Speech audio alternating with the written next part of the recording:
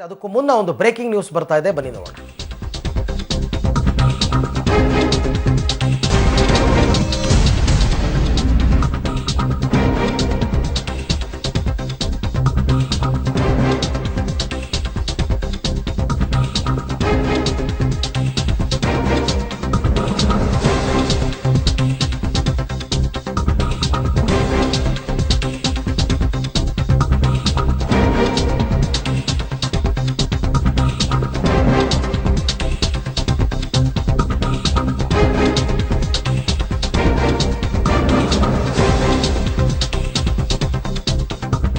ಪ್ರಧಾನಿ ನರೇಂದ್ರ ಮೋದಿ ಬಗ್ಗೆ ಮಾಜಿ ಸಂಸದ ಎಚ್ ವಿಶ್ವನಾಥ್ ಇವತ್ತು ವಿವಾದಿತ ಹೇಳಿಕೆಯೊಂದನ್ನು ನೀಡಿದ್ದಾರೆ.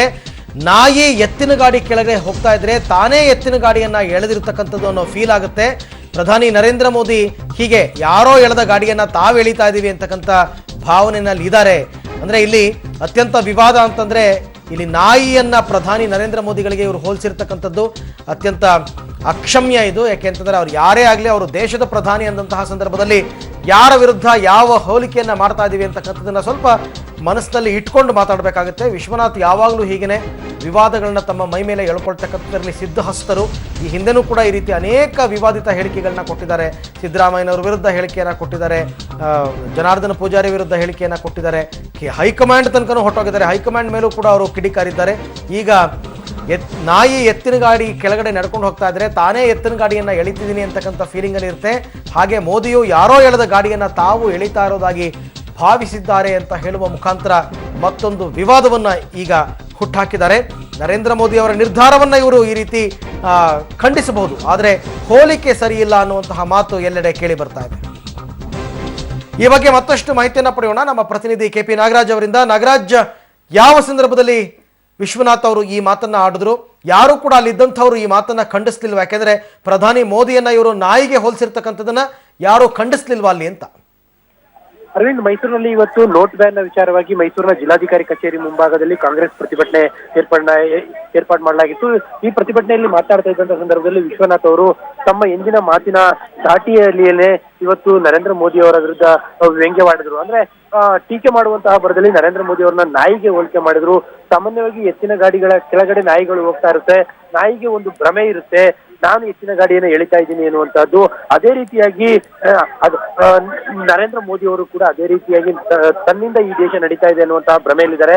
ಅವರು ಭ್ರಮೆಯಿಂದ ಹೊರ ಬರಬೇಕು ಅನ್ನುವಂತಹ ಹೋಲಿಕೆಯನ್ನು ಒಂದು ರೀತಿಯಾಗಿ ನರೇಂದ್ರ ಮೋದಿ ಅವರ ವಿಚಾರದಲ್ಲಿ ಏನೇ ಇರ್ಬೋದು, ವೈಯಕ್ತಿಕವಾದಂತಹ ಟೀಕೆಗಳು, ಸೈದ್ಧಾಂತಿಕ ಭಿನ್ನಾಭಿಪ್ರಾಯಗಳು ಏನೇ ಇರ್ಬೋದು, ಆದ್ರೆ ಅವರು ಈ ದೇಶಕ್ಕೆ ಪ್ರಧಾನಿಗಳಾಗಿದ್ದಾರೆ.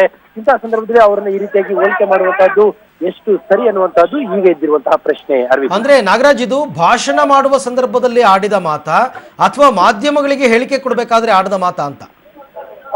ಅರವಿಂದ್, ಇದು ಭಾಷಣ ಮಾಡ್ತಾ ಇರುವಂತಹ ಸಂದರ್ಭದಲ್ಲಿ ಆಡಿದಂತಹ ಮಾತು. ಅಂದ್ರೆ ಪ್ರತಿಭಟನಾಕಾರರನ್ನು ಉದ್ದೇಶಿಸಿ ಭಾಷಣ ಮಾಡ್ತಾ ಇರುವಂತಹ ಸಂದರ್ಭದಲ್ಲಿ ನೋಟಿನ ವಿಚಾರವಾಗಿ ತಮ್ಮ ಟೀಕೆಗಳನ್ನ ವ್ಯಕ್ತಪಡಿಸ್ತಾ ಇರುವಂತಹ ಸಂದರ್ಭದಲ್ಲಿ ಆಡಿದಂತಹ ಮಾತು ಇದು. ಅರವಿಂದ್, ಅಂದ್ರೆ ಯಾರು ಕೂಡ ಇದಕ್ಕೆ ಆಕ್ಷೇಪ ವ್ಯಕ್ತಪಡಿಸ್ತಿಲ್ವಾ ನಾಗರಾಜ್? ಅಲ್ಲಿ ಆಕ್ಷೇಪ ವ್ಯಕ್ತಪಡಿಸುವಂತಹ ಪರಿಸ್ಥಿತಿಗಳು ಇರೋದಿಲ್ಲ ಅರವಿಂದ್. ಯಾಕಂದ್ರೆ ಸಹಜವಾಗಿಯೇ ಅವರ ಬೆಂಬಲಿಗರು ಮತ್ತು ಅವರ ಕಾರ್ಯಕರ್ತರೆ ಪ್ರತಿಭಟನೆಯ ಸಂದರ್ಭದಲ್ಲಿ ಕೂತಿರುವಂತಹ ಸಂದರ್ಭದಲ್ಲಿ ತಮ್ಮ ನಾಯಕರುಗಳ ಭಾಷಣವನ್ನ ಅವ್ರು ಯಾವ ರೀತಿಯಾಗಿ ವಿರೋಧ ಮಾಡೋದಕ್ಕೆ ಸಾಧ್ಯ, ಆ ರೀತಿಯಾಗಿ ವಿರೋಧ ಮಾಡ್ತಾರೆ ಅನ್ನುವಂಥದ್ದನ್ನ ಎಕ್ಸ್ಪೆಕ್ಟ್ ಕೂಡ ನಾವು ಮಾಡಬಾರ್ದು ಕೂಡ ಅರವಿಂದ್. ಹಾಗಾದ್ರೆ ನಾಗರಾಜ್, ಈಗ ಎತ್ತಿನ ಗಾಡಿ ಅಂತಂದ್ರೆ ಎತ್ತಿನ ಗಾಡಿ ಎಳಿತಿರೋದು ಯಾರು? ಈಗ ನರೇಂದ್ರ ಮೋದಿಯನ್ನೇನೋ ನಾಯಿಗೆ ಹೋಲಿಸಿದ್ದಾಯ್ತು, ಹಾಗಾದ್ರೆ ಇವ್ರ ಪ್ರಕಾರ ನಿಜವಾಗಿ ಎತ್ತಿನ ಗಾಡಿ ಎಳಿತಿರೋದು ಯಾರು ಅಂತ? ನಿಜವಾಗಿ ಎತ್ತಿನ ಗಾಡಿ ಎಳೆದಿರುವಂತಹದ್ದು ಈಗಾಗಲೇ ಕಾಂಗ್ರೆಸ್ ಅವರು ಈ ದೇಶವನ್ನ ಅಭಿವೃದ್ಧಿ ಪಥಕ್ಕೆ ಸಾಗಿಸಿರುವಂತಹದ್ದು. ಹಾಗಾಗಿ ಒಂದು ರೀತಿಯಾಗಿ ಕಾಂಗ್ರೆಸ್ ಅವರು ಎಳೆದಂತಹ ಎತ್ತಿನ ಗಾಡಿಯನ್ನ ತಾನು ಎಳೆದೆ ಅನ್ನುವಂತಹ ಭ್ರಮೆಯಲ್ಲಿ ವಿಶ್ವನಾಥ್ ಇದ್ದಾರೆ ಅನ್ನುವಂತಹದ್ದು, ನರೇಂದ್ರ ಮೋದಿ ಅವರು ಇದ್ದಾರೆ ಅನ್ನುವಂತಹದ್ದು ವಿಶ್ವನಾಥ್ ಅವರ ಮಾತಿನ ಒಟ್ಟಾರೆ ತಾತ್ಪರ್ಯ. Okay Nagaraj, thank you. ತಮ್ಮೆಲ್ಲ ಮಾಹಿತಿಗಾಗಿ ಧನ್ಯವಾದ. ಎಟಿಎಂ ವಾಹನದೊಂದಿಗೆ ಕೋಟ್ಯಾಂತರ ರೂಪಾಯಿ ದೋಚಿ ಪರಾರಿಯಾಗಿದ್ದ ಖದೀಮ 1 ಕೋಟಿ ಮೌಲ್ಯದ 2,000 ನೋಟಿನ ಕಂತೆಯನ್ನ ಹೊತ್ತೊಯ್ದು 100 ರೂಪಾಯಿ ಹಾಗೂ 500 ರೂಪಾಯಿ ತುಂಬಿದ ಸುಮಾರು 45 ಲಕ್ಷ ರೂಪಾಯಿಯನ್ನ ಬಾಕ್ಸ್ಗಳನ್ನು ಅಲ್ಲೇ ಬಿಟ್ಟು ಪರಾರಿಯಾಗಿದ್ದಾನೆ. ನಿನ್ನೆ ನಾಪತ್ತೆಯಾಗಿದ್ದ ವಾಹನ ಇವತ್ತು ವಸಂತನಗರದಲ್ಲಿ ಪತ್ತೆಯಾಗಿದ್ದು ವಾಹನದಲ್ಲಿ ಸುಮಾರು 45 ಲಕ್ಷ ರೂಪಾಯಿ ಹಾಗೂ ಗನ್ ಬಿಟ್ಟು ಹೋಗಿದ್ದಾನೆ. ಲಿಂಗರಾಜಪುರದ ಕರಿಯಣ್ಣನ ಪಾಳ್ಯದ ನಿವಾಸಿಯಾಗಿದ್ದ ವಾಹನ ಚಾಲಕ ಡೊಮಿನಿಕ್ ರಾಯ್ ಮನೆಯಲ್ಲಿದ್ದ ಮಡದಿ ಹಾಗೂ ಮಗನೊಂದಿಗೆ ಪರಾರಿಯಾಗಿದ್ದಾನೆ. ನಿನ್ನೆ ಈ ಪ್ರಶ್ನೆಗಳನ್ನ ನಾವು ತೋರಿಸ್ತಾ ಇದ್ವಿ. ಭಾರತದಲ್ಲಿ ಕಪ್ಪು ಹಣ ಇದೆ ಅಂತ ನಿಮ್ಗೆ ಅನಿಸತ್ತಾ ಅಂದ್ರೆ ಹೌದು ಅಂತಾರೆ 98. ಆಬ್ವಿಯಸ್ಲಿ ಇಲ್ಲ ಅನ್ನಕ್ಕಾಗಲ್ಲ ಯಾರುವೆ. ಮಾರಕ ಭ್ರಷ್ಟಾಚಾರ ಇಲ್ಲ ಅಂದಿರೋ ಆ 2% ಮಹಾಮಹಿಮರನ್ನ, ಪುಣ್ಯಾತ್ಮರನ್ನ, ಅದು ಎಂತಹ ಶ್ರೇಷ್ಠ ವ್ಯಕ್ತಿಗಳಿರಬೇಕು, ಅವರನ್ನ ನಾನು ಭೇಟಿ ಮಾಡಬೇಕು ಅನಿಸ್ತಿದೆ ಸಿಕ್ಕಿದ್ರೆ. ಮೊದಲಿಗೆ ಒಂದು ಬ್ರೇಕಿಂಗ್ ನ್ಯೂಸ್ ಇದೆ, ಏನು ಅಂತ ನೋಡೋಣ ಬನ್ನಿ.